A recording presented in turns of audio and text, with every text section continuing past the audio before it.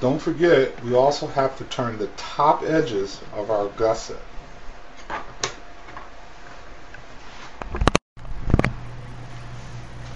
Okay. The next thing we want to do is to start to put our bag together. And the first thing we want to do is I glue the edges so that, and when you're doing your first pattern or any first pattern for any bag, use a little glue.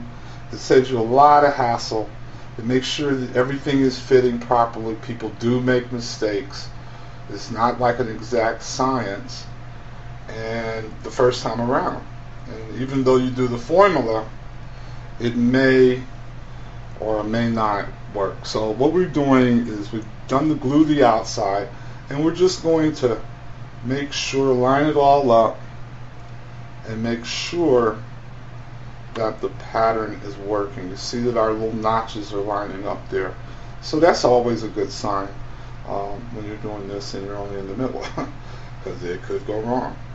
And so we're going to do this, walk it around, and make sure that it comes out right. And that's what we got. This is how our bag is starting to look. And as you can see, it pretty much fits. This is a great time to make adjustments to your pattern if you see something that doesn't fit.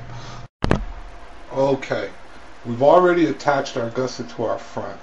We've glued it to make sure that it fits, and we now know that it fits properly. So what we need to do is prepare the back piece to be attached to the gusset. And what we have to do is simply, we got our flap, it's already sewn, we got our magnetic snap in. Now we look at the bend. This is where we made our first window. This is the second window. So at the first window is where the bag is going to bend over the top. So we're just going to get it just right and make sure that it's bending right at the top and not pushing the top of your back down. So that looks like the perfect position. Plus it lines up with the pattern. So we got that in place, and now we're going to sew. Okay, we've sewn our flap on. Here it is. It's bending over the top real nice. Here's our stitch, and it should be in place. So now we're just going to attach it to our gusset. Okay, we're back, and we've attached our back. We've used our glue again to make sure everything is fitting properly, and as we can see, it is.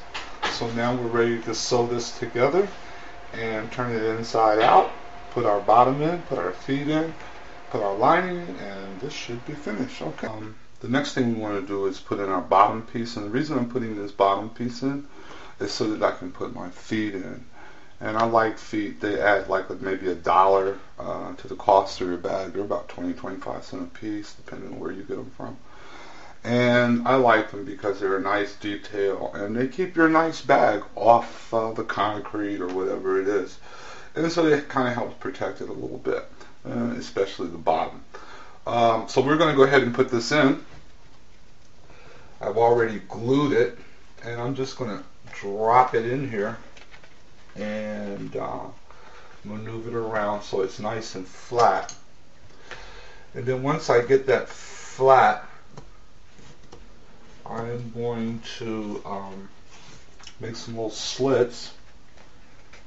I'll know where those slits need to go, because I'll use my awl to punch through.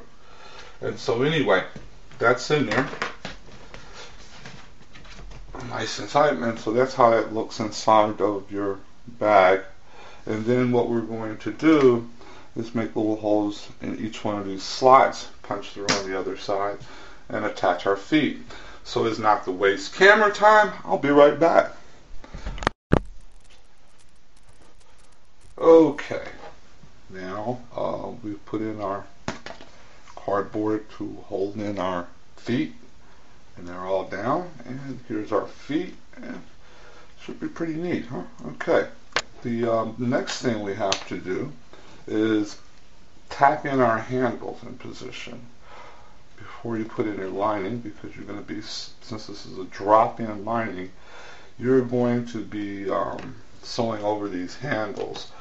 If you had a different type of, if you still could do a drop-in lining, but if you had your handles here or here, then of course you'd do them different. But because I made these handles to go inside like this, we're going to attach those, and I'll be right back. We've tacked on our handles, and you can see our bag is looking rather cute.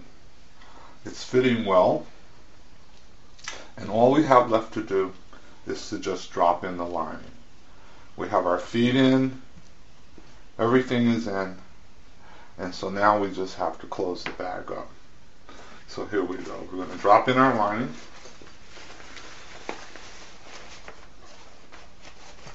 Fit it out nicely.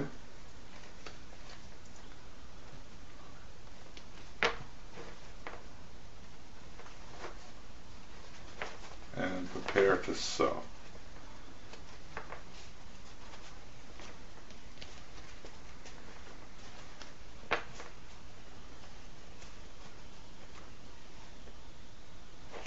Alright, and there's a lining that's going to fit in there. Get it nice, even, not so much even, but just about flush with the top. So you want to hide all your work, and then you are finished. This bag is complete. So I'm going to sew this in. Put in my lining, and I'm going to sew after you've done it to make sure that it's going to fit, and then you finish the bag off by just simply top stitching right here, right along the edge, and so the bag is finished. Here's your beautiful lining, nice zipper pocket. It's working quite nicely. The bag looks nice and clean inside. The flap fits beautifully over the top, and there's your bag. This is complete on How to Make a Designer Handbag. .com. See ya.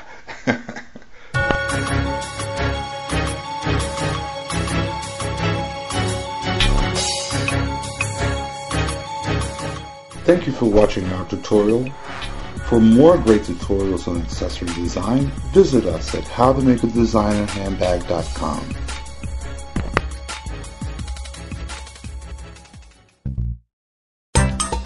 DVDs I had done was my zebra bag, and it's one of the most popular bags I see on the site. It's almost got 250,000 views, and it seems like everybody really loves the idea of making it.